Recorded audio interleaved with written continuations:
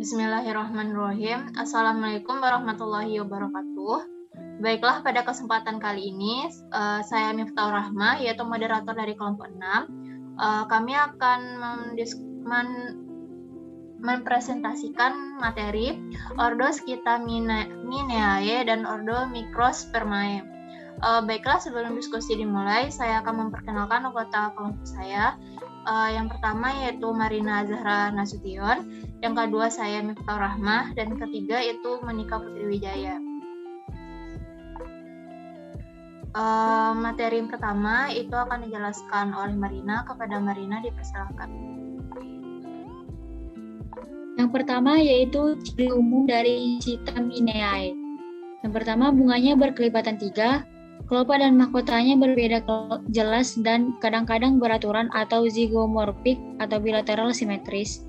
Yang ketiga yaitu benang sari jumlahnya berkisar antara 1-6 dan benang sari yang steril biasanya thermodivir staminodia yang berbentuk seperti mahkota.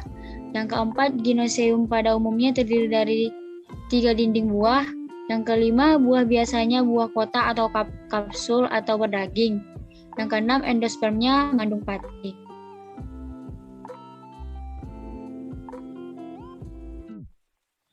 Yang ketujuh yaitu bakal buah tenggelam, kebanyakan beruang 3, tiap ruang dengan 1 atau banyak biji.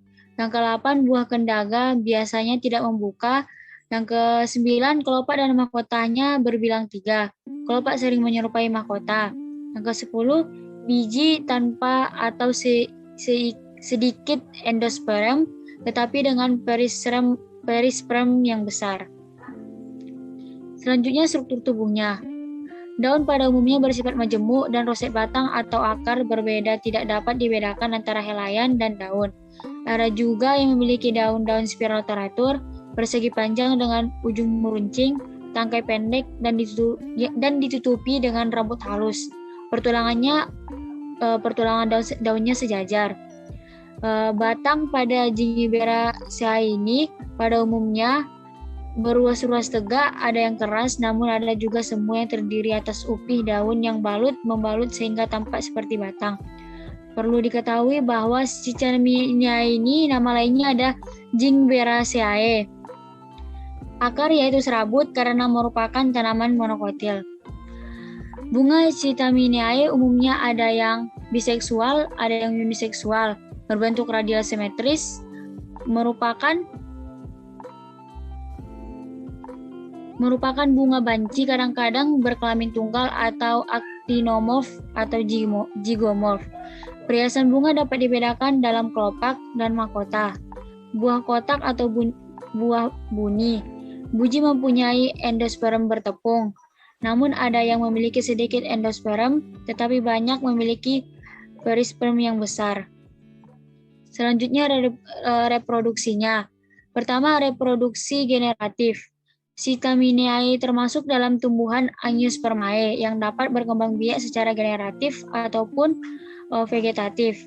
Proses pembuahan pada Angiospermae dikenal juga dengan pembuahan ganda. Selanjutnya reproduksi vegetatif. Pertama, rizoma. Rizoma ini merupakan sebuah batang yang tumbuh secara lateral atau mendatar di bawah tanah. Fungsi lain rizom yaitu sebagai tempat untuk menyimpan cadangan makanan dan juga tempat menyimpan produk metabolisme. Contohnya yaitu jahe, kunyit, dan temulawak. Yang kedua, tunas.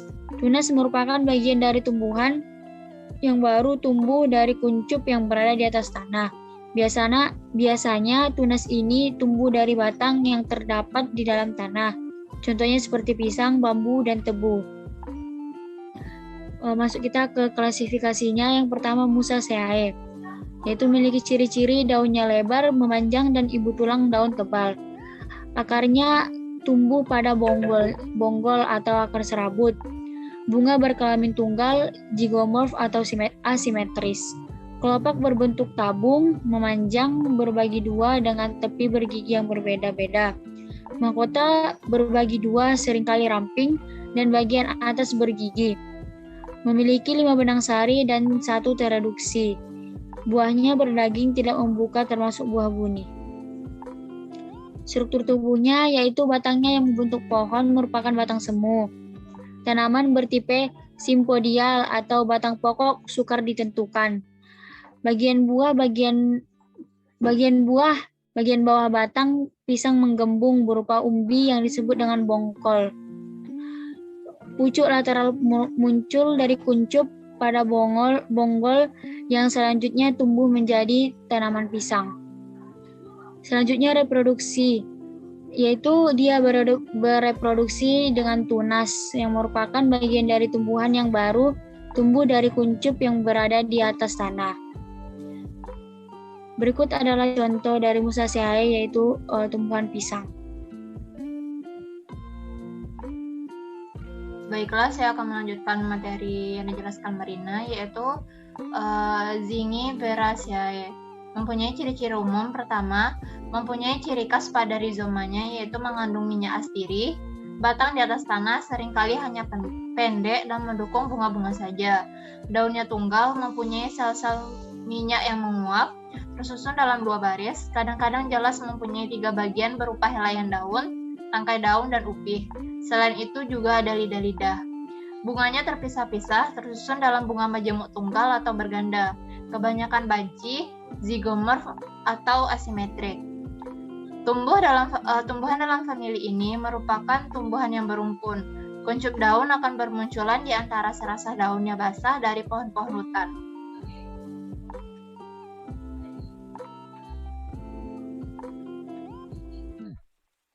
Struktur tubuhnya yang pertama, batangnya itu di atas tanah, biasanya sangat pendek dan mendukung bunga-bunga saja.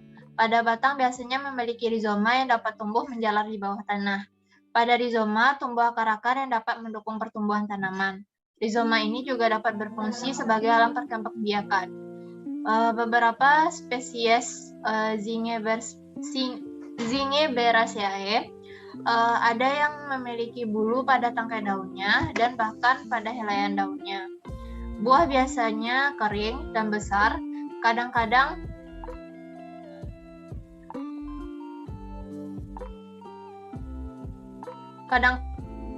membentuk ruang. Buahnya memiliki variasi warna yang menarik, berambut atau berduri. Reproduksinya, famili Zingiberaceae dapat diperbanyak secara generatif maupun vegetatif. Perbanyakan secara generatif biasanya sulit dilakukan melalui biji. Jadi perkembangannya dapat dilakukan secara vegetatif alami, yaitu rizoma atau rimpang, dengan melalui pemotongan rizoma. Rizoma memiliki sejumlah mata tunas yang dorman selama di atas tanah. Beberapa tanaman Zingiberaceae seperti buah pelanga, kunyit, jahe, dan lengkuas yang digunakan sebagai bumbu dan tanaman obat-obatan. Klasifikasi selanjutnya yaitu Canaceae. Mempunyai ciri umum. Yang pertama, tumbuhan berhabitus terna berukuran besar, perennial dalam tanah, mempunyai rimpang yang tebal seperti umbi. Daun dalam 2 baris, lebar, bertulang menyirip, tangkai daun pada pangkal melebar menjadi upih. Bunganya banci, bersimetri 1, atau lebih sering asimetrik, besar, lebar, dan memiliki warna cerah dan menarik, tersusun dalam rangkaian berbagai bentuk tandan atau malai. Buah dengan kelopak yang tidak gugur di bagian atasnya.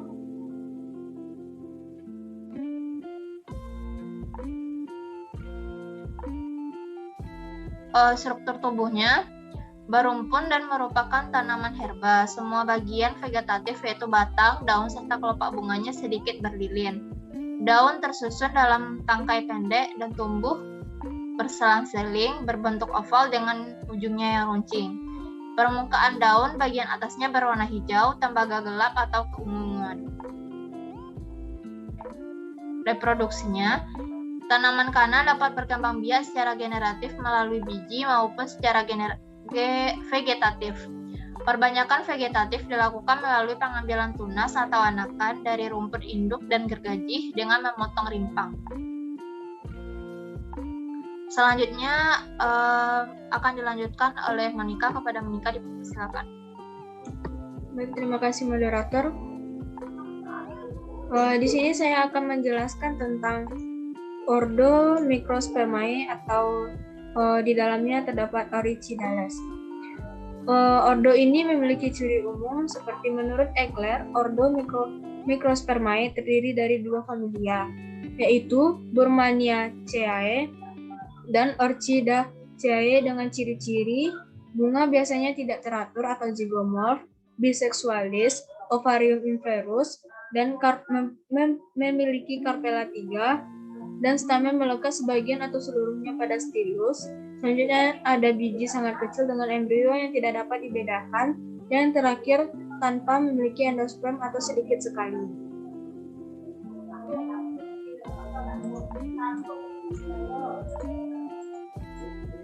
Selanjutnya di dalam ini terdapat familia Orchidaceae, yaitu memiliki ciri umum seperti herba perennial, hidup di tanah, epifit atau saprofit, kadang merambat, mengandung rapida pada beberapa selnya, sering dengan sel-sel lendir umumnya dengan metabolis asam krasulase, sering memproduksi sikaloid tetapi jarang bersaponin atau bertanin dan tidak cyanogenik. Selanjutnya, batang sebelah bawah atau seluruhnya terutama pada jenis-jenis epifit sering menebal membentuk umbu semu atau pseudobulb, tetapi jenis-jenis terestrial umumnya mempunyai rizoma, kormus atau tubar. Lalu daunnya tersebar jarang berhadapan atau karangan atau tunggal seperti kulit atau tebal berair, biasanya berbentuk pita. Karangan bunga berbentuk spika, pandan, atau panicula atau bunga tunggal. Lalu ciri selanjutnya ada bunga tersebut bunga biseksualis.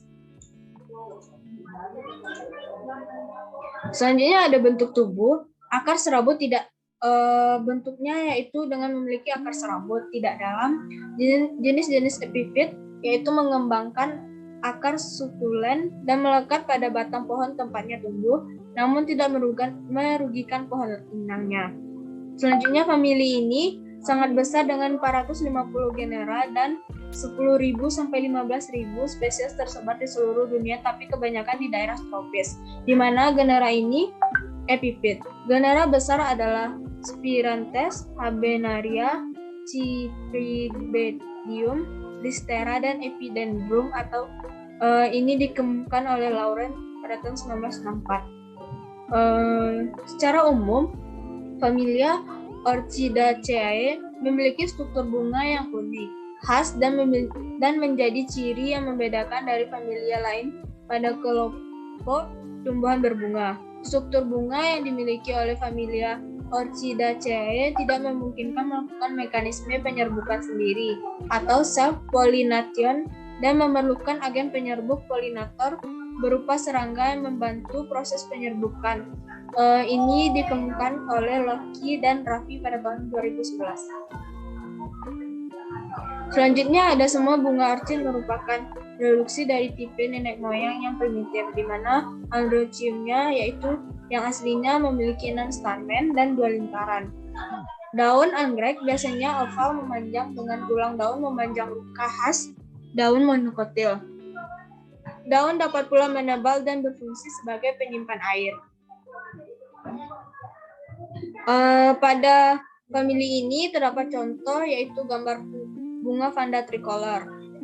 Terdapat bagian-bagiannya A, B, dan A sampai E, yaitu penjelasannya pada A adalah merupakan daun kelopa atau sepal, yang B adalah daun mahkota atau petal, yang C adalah gymnostemum, yang D adalah kepingan samping atau side lobe, dan E adalah kepingan tengah atau mid lobe.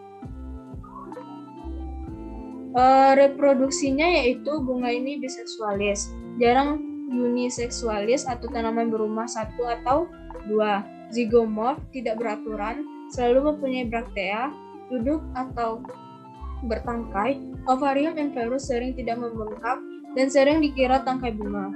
Kebanyakan berputar waktu antesis yang berhubungan dengan perputaran tangkai bunga sebesar 180 derajat pada waktu pertumbuhan.